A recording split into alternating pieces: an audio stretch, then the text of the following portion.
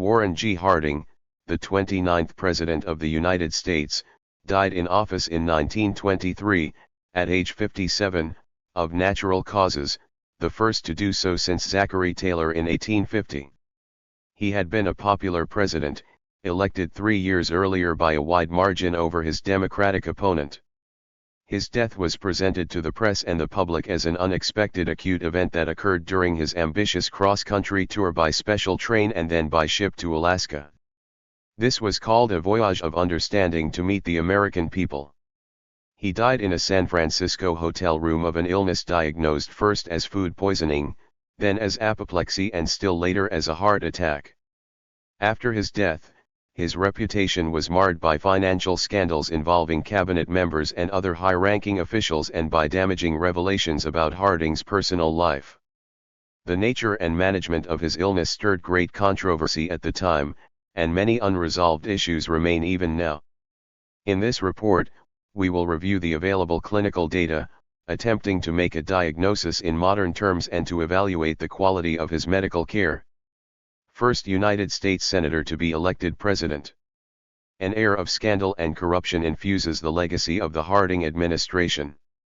His election, predicated on a pledge to return the nation to normalcy, ushered in a period of conservative republicanism designed to slow the momentum of progressive legislation. Even the few noble accomplishments achieved by his administration were soon forgotten as tales of cronyism, greed, and influence peddling came to light. Harding fell from favor with the American public soon after his untimely, and at the time, controversial death. Died, August 2, 1923. The era. 1920, first commercial radio broadcast. 1920, the League of Nations formed. 1921, Italian-born anarchists Nicola Sacco and Bartolomeo Vanzetti found guilty of murder and sentenced to death. 1921, Japanese Prime Minister assassinated. 1922, T.S. Eliot publishes The Wasteland. 1922, Reader's Digest begins publication. Warren Harding took office promising to undo many of the progressive policies of Woodrow Wilson's administration. Ushering in an era of conservative republicanism, Harding wasted little time in cutting taxes on higher incomes and raising tariff rates. However, charges of patronage and wrongdoing sidetracked the president's agenda early in his administration. The accusations later proved to be true. In the wake of scandals and his untimely death while still in office, Harding's domestic achievements lost what little luster they had.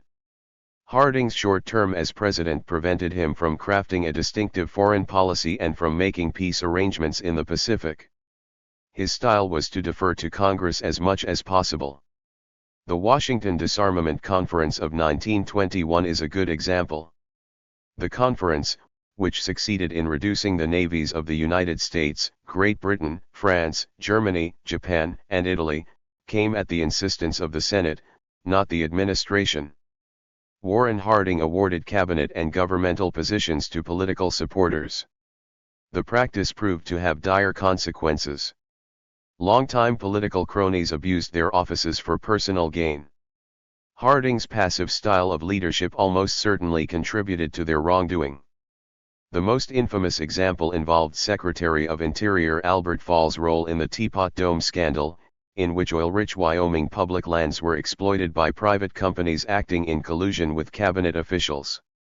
Warren G. Harding was the 29th President of the United States, 1921-23. Pledging a nostalgic return to normalcy following World War I, Harding won the presidency by the greatest popular vote margin to that time. He died during his third year in office and was succeeded by Vice Pres. Calvin Coolidge.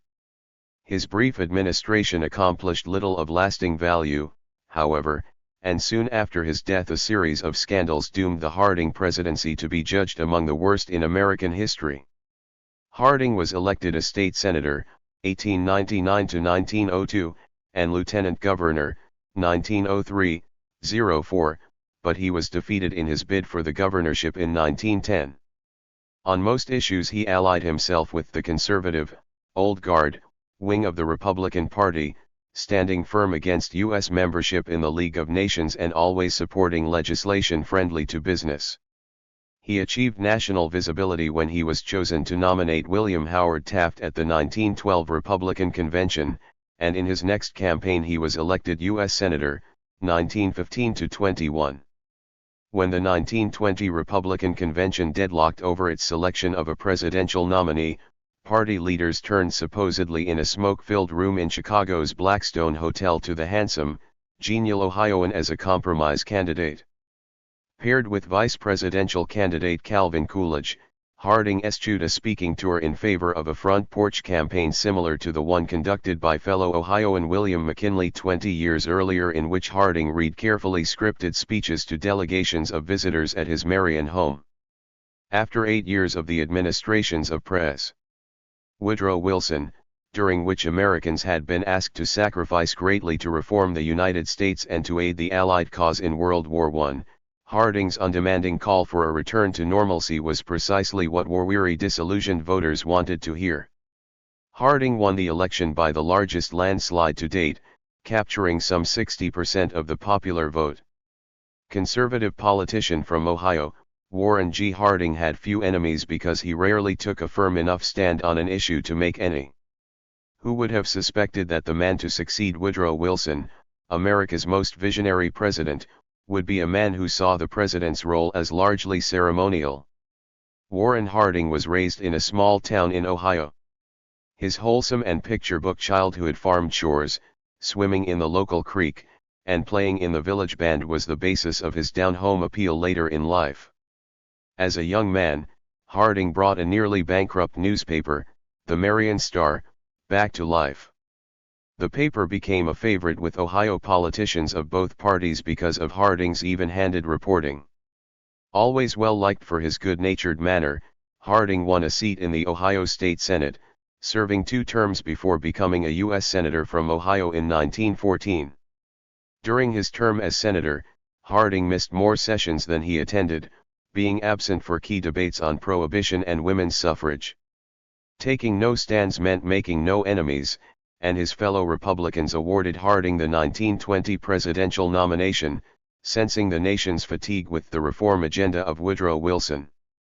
Running with the slogan, "A Return to Normalcy," Harding beat progressive Democrat James M. Cox in a massive landslide.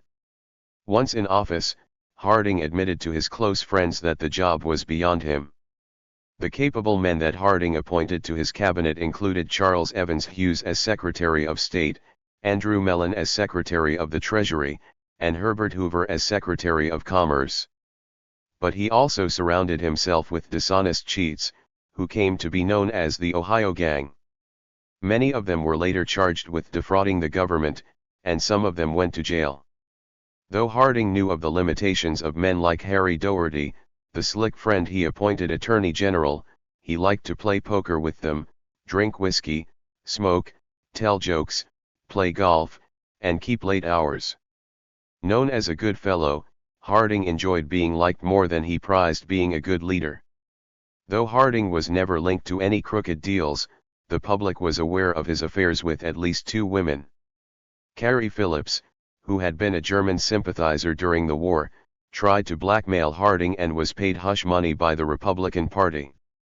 Nan Britton, a pretty blonde 30 years younger than the president, was given a job in Washington, D.C., so that she could be near Harding. The two often met in the Oval Office, and their affair continued until Harding's death. Decidedly conservative on trade and economic issues, Harding favored pro-business government policies. He allowed Andrew Mellon to push through tax cuts for the rich, stopped antitrust actions, and opposed organized labor. Harding knew little about foreign affairs when he assumed office, preferring to give Secretary of State Hughes a free hand. Hughes was concerned with securing foreign markets for wealthy American banks, such as the one run by John D. Rockefeller. Hughes and Secretary of Commerce Herbert Hoover used the Fordney McCumber Tariff to secure oil markets in the Middle East, especially in modern-day Iraq and Iran. His administration revised Germany's war debts downward through legislation, passed in 1923, known as the Dawes Plan. Hughes also called for a naval conference with 9 other nations to freeze naval spending in an effort to reduce spending. Shaken by the talk of corruption among the friends he had appointed to office, Harding and his wife, Florence Flossie Harding, organized a tour of the western states and Alaska in an attempt to meet people and explain his policies. After becoming ill with what was at the time attributed to ptomaine, food poisoning, Harding had a heart attack and died quietly in his sleep. The rumors flew that Flossie had poisoned the president to save him from being engulfed in the charges of corruption that swept his administration.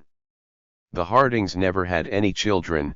Flossie died of kidney disease in 1924. Most historians regard Harding as the worst president in the nation's history. In the end, it was not his corrupt friends, but rather, Harding's own lack of vision that was most responsible for the tarnished legacy. Warren and Florence Harding began a tour on June 20, 1923 of the West and Alaska. He hoped to get out and meet people, to shake hands and explain his policies. Although suffering from high blood pressure and an enlarged heart, he seemed to enjoy himself, especially in Alaska. On his return journey, he became ill with what was then attributed to a touch of ptomaine, food poisoning. The presidential train rushed to San Francisco, where his condition worsened. On August 2, he most likely suffered a heart attack in the evening, while his wife was reading to him. He died quietly and instantaneously. Word quickly spread that Mrs. Harding, the last person to be with him that evening, had poisoned him to prevent him from being brought up on charges of corruption that soon engulfed his administration. A sensationalist book published in 1930 detailed the allegations against her. Her refusal to allow an autopsy of the president only fed the rumors. Harding left the bulk of his estate, valued at $850,000, to his wife. Neither a deep thinker, nor a decisive president, Harding failed, in most opinions, to impact the nation simply because he saw the role of president as largely ceremonial. He saw himself as neither a caretaker nor as a leader. He just avoided issues whenever possible. Unlike other modern presidents, such as Ronald Reagan, who possessed conventional minds and who thought simply, Harding never understood where he wanted to take the nation. Nor could he communicate his message effectively, because he had none to communicate. He spoke about a return to normalcy, but he had no idea what the slogan meant. Lacking the moral compass of a Reagan, Harding had no guide to follow. He was lucky to have had a few good men in his cabinet who generally ran fiscal and foreign affairs well. In the end, it was not his corrupt friends that tarnished his legacy and undermined his historical impact. Rather, it was his own lack of vision and his poor sense of priorities that positioned him so low in the ranking of U.S. presidents. Then, too, it was Harding's sad fate to have followed in office the most visionary of all our presidents, Woodrow Wilson, the man whom historians generally rank among the top 5 or 6 presidents in the nation's history. Thank you for watching this video.